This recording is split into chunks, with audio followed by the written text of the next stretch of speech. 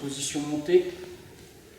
La position montée, il y a pas mal d'attaques à faire, mais c'est une position qu'il est déjà difficile de maintenir quelquefois sans se mettre en danger pour attaquer.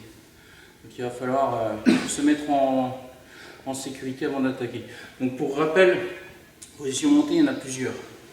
Il y a la position montée basse, montée jambe. Position montée basse, donc mes hanches sont très très basses sur lui et je viens accrocher ici ses jambes. La position montée, on va dire classique, où je suis assis au niveau de son bassin, les talons rentrent en dessous de ses fesses, d'accord, pour avoir un appui. Vous avez la position montée haute, d'accord. Là, je ne suis plus sur son bassin, là, quand il va ponter, je sens quasiment aucun effet, d'accord. Ensuite, s'il pontait qui se tourne, je vais pouvoir passer en montée technique, d'accord. Donc le genou derrière sa tête et le genou ici relevé, ce qui me permet de faire des attaques ici au col, ici, bon, attaquer le bras, etc. Et donc là, on va encore voir une autre façon de monter, qui est passer de la transition de la montée haute vers la montée en S, la S-mount, qu'on a déjà vu, mais qu'on va retravailler encore une fois.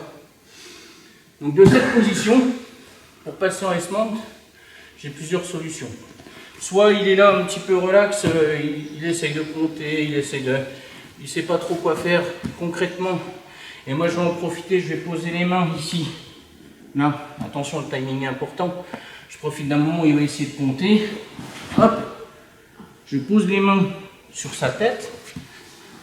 Je tire mes mains vers le bas et en même temps je pousse mon bassin vers l'avant. Ce qui fait que mes genoux vont monter juste en dessous de ses aisselles. Je remonte. Il essaye de ponter. Hop. Vous voyez, mes genoux sont juste en dessous de ses aisselles. Quand je fais ça, je ne relâche pas ça. J'attends un peu, parce que lui, quand il est là, il va essayer de bouger. Il va essayer de recomposer, de remonter. Donc là, je garde ici. Je ne déploie aucune force. Lui, il va se fatiguer.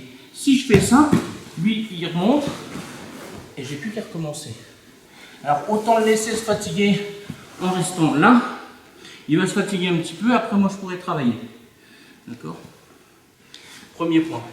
Maintenant, il peut y avoir aussi quelqu'un qui va m'empêcher de monter en posant ses mains ici. D'accord? Voilà, il va m'empêcher. Je vais devoir travailler sur l'intérieur, grappiller petit à petit, voilà, pour monter. Bloquer ici avec sa tête et ensuite travailler avec l'autre côté. Et là seulement je vais pouvoir monter. D'accord? Donc quand je me retrouve ici en montée haute, je n'ai plus que là contrôler ses bras. Passer ici. Donc mon talon vient juste à côté de sa tête. Et ce genou va aller juste à côté. Je pose ma main. Et là. Donc là je suis en montée en S. Pourquoi? Parce que mes jambes dessinent un S. Voilà. Donc maintenant, on dit toujours, suivant le côté, quel bras se trouve au-dessus, en dessous, je vais attaquer tel côté. Oui et non. Oui, dans l'absolu, quand on est débutant, mais quand on commence à progresser, il faut savoir s'adapter à tout. Si je veux attaquer ce bras-là, et qu'il se retrouve en dessous, et que je suis là, je vais pouvoir réussir là. Son bras là, il ne va pas m'embêter du tout. Il n'a aucune force. Je vais pouvoir venir le chercher là, pousser ici. D'accord? C'est pas parce qu'il était en dessous que je n'ai pas le droit de l'attaquer.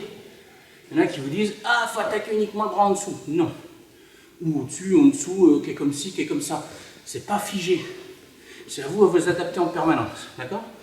Donc ici, je suppose qu'il est au-dessus. Je viens récupérer, encore une fois, le creux de mon coude au niveau de son poignet. D'accord? Je viens poser mon poids de corps vers l'avant. Et là, je vais passer mon genou de l'autre côté. Ici. Là. Je serre mes genoux. Très important. Ça, c'est très important. Et après, j'ai plus qu'à pousser un peu le bassin vers l'avant. Voilà. Je peux encore partir vers l'arrière.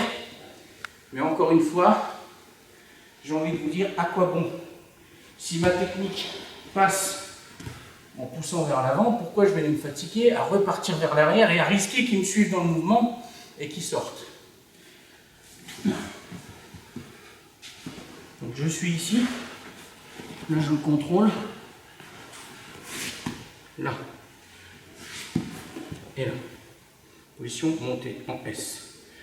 Ici, ce bras-là m'embête, je le dégage. Je viens contrôler ici. Ma main, mon poids de corps va vers l'avant. Oui, je viens même poser mon genou là, c'est pas grave. Tant que je serre mes genoux, il ne peut pas s'échapper. C'est sûr que si je laisse ouvert, il va faire un peu des choses. Voilà. Ici, il ne va pas pouvoir retirer son bras. Et là, je vais simplement pousser le bassin vers l'avant. Voilà. Ok. On fait une dernière fois. Je suis ici. Vas-y encore. Bon. Position montée haute. Regardez mes pieds, où est-ce qu'ils sont? Non, je suis pas là. Ça, c'est pas bon, ça. Ça, c'est bon. Ça, c'est muito bon. Là, j'ai un contrôle sur lui. Comme expliquait Arthur tout à l'heure, j'ai une sensation sur lui. Là, j'ai rien, là. Là, j'ai une sensation. Je vais pouvoir le contrôler, le pousser, le bloquer, d'accord? M'adapter en permanence. Très important. Donc ensuite, je le contrôle au niveau de ses bras. Je monte ici, je tourne. Ce bras-là me gêne. Je viens de dégager.